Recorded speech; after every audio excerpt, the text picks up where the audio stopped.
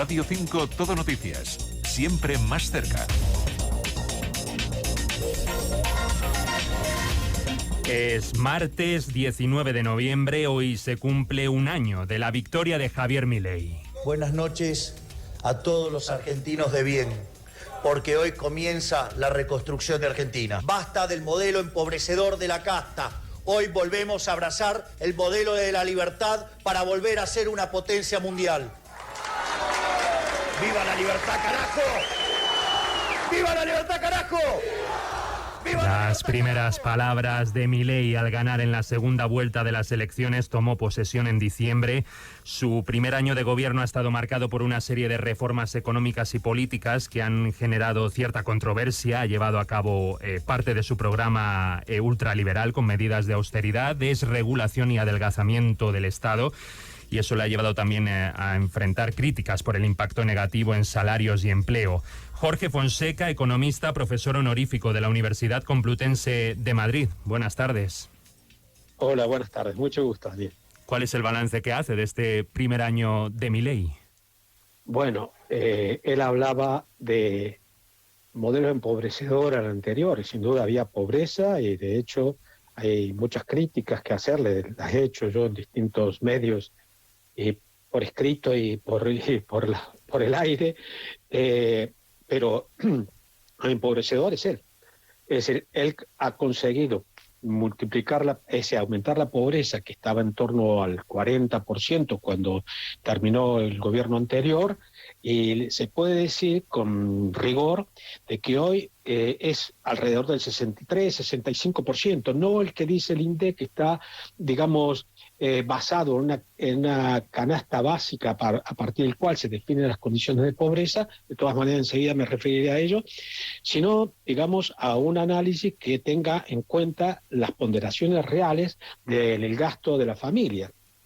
También luego me refería a eso. Concretamente, hoy, por lo tanto, él aumentó en términos porcentuales la pobreza más del 50%, pasó del 40, como digo, al 60 y tantos. Quiere decir, 2 de cada 3 argentinos son pobres. Los menores de 18 años, en torno al 80% son pobres, según todos los estudios rigurosos. Estamos hablando de alguien absolutamente empobrecedor, y que además no puede contar realmente ningún éxito. Lo que ha hecho es una contrarreforma, además muy asimétrica, en el sentido que ha desmantelado el Estado en sus funciones sociales, en lo que es educación, sanidad, va contra las universidades públicas para favorecer a las privadas, y en lo que se refiere a salud igual, y de hecho, por otra parte, digamos, lo que le quita a estos sectores, a los jubilados que están pagando, digamos, han perdido 45% de poder adquisitivo. De hecho, lo que ha crecido extraordinariamente son las remesas desde el resto del mundo hacia Argentina, porque hay que sostener a los familiares. Y por otra parte, también decía las universidades. En ese sentido, pero toda la educación.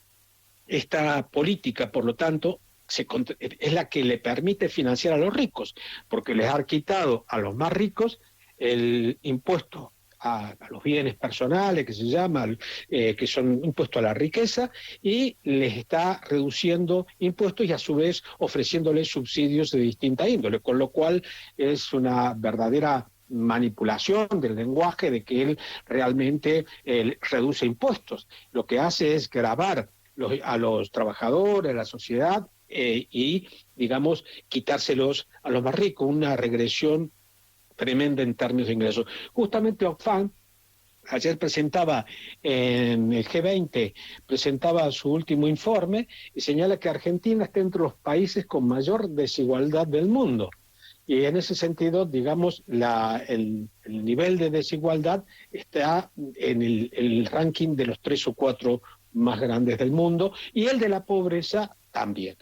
Sí, y además pretende decir que tiene éxitos en lo que se refiere a la economía, en cuanto a que ha reducido el déficit fiscal.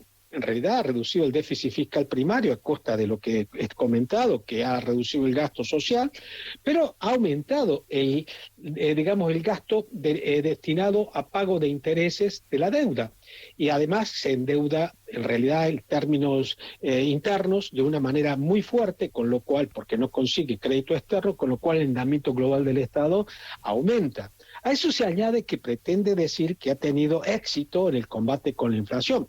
Obviamente, si uno arrasa un país, como lo ha hecho él, que ha desmantelado la industria, la está desmantelando de forma absoluta, obviamente que genera un desempleo, una recesión que hace que se reduzca el consumo y por lo tanto, por supuesto, los precios no suban tanto. Pero sin embargo, la inflación interanual de Milei es del 193%.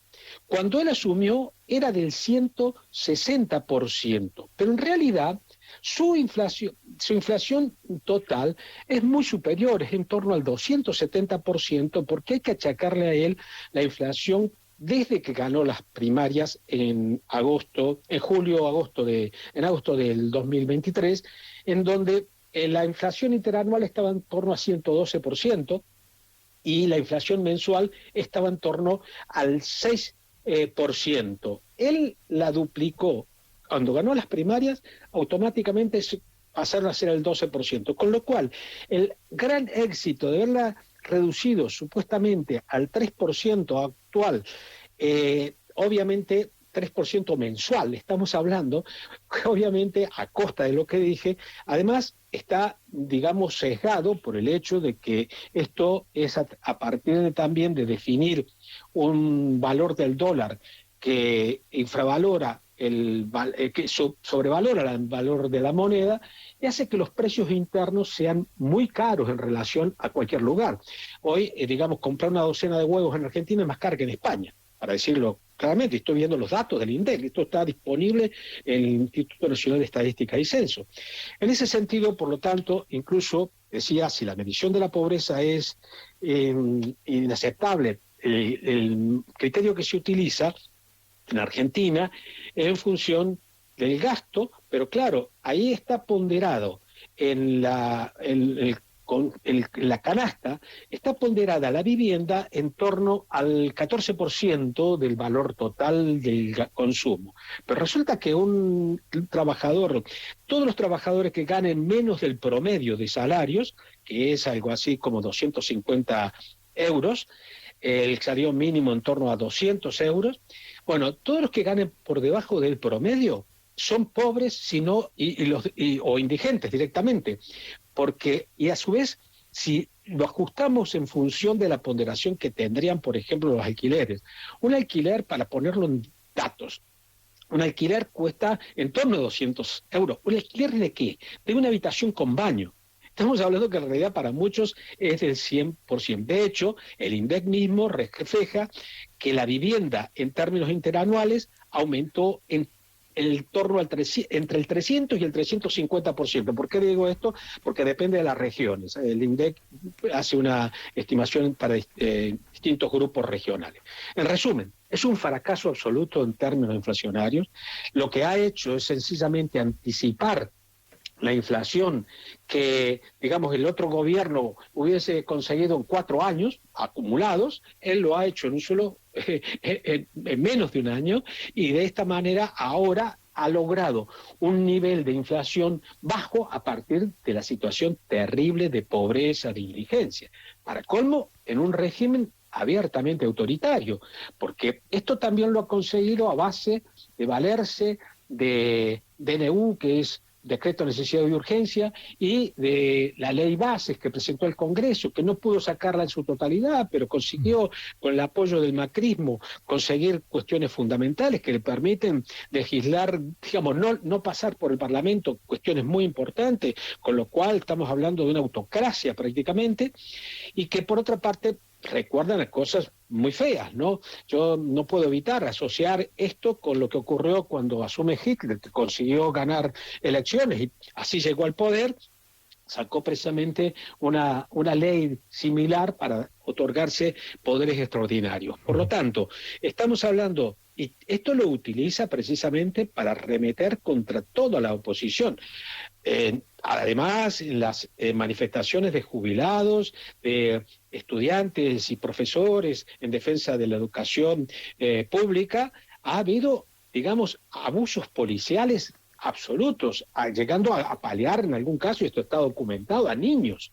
Con lo cual estamos hablando de un régimen que camina abiertamente hacia una situación de una verdadera autocracia y que por otra parte desde el punto de vista democrático tiene la complicidad de gran parte del Parlamento y no solo de la oposición macrista, sino sectores del peronismo que también obviamente negocian, hacen, digamos, intercambio de favores con el gobierno, y eso explica que realmente hoy la oposición argentina esté prácticamente en manos de jubilados, estudiantes y los distintos sectores que se manifiestan en defensa de sus derechos. Señor Sí. Fonseca, Sí. sí, le iba a hacer más preguntas, pero me las ha ido respondiendo a lo largo de estos minutos. No nos queda más tiempo, ahí queda el análisis detallado que ha podido hacer de este balance, de este primer año del gobierno de Javier Milei. Le agradecemos que haya atendido la llamada de Radio 5, de Radio Nacional de España. Jorge Fonseca, que es economista y profesor honorífico de la Universidad Complutense de Madrid. Muchas gracias. Muchísimas gracias a ustedes y buena hora por vuestro trabajo, que es muy bueno. Gracias. Un saludo. Hasta otro momento. Hasta luego.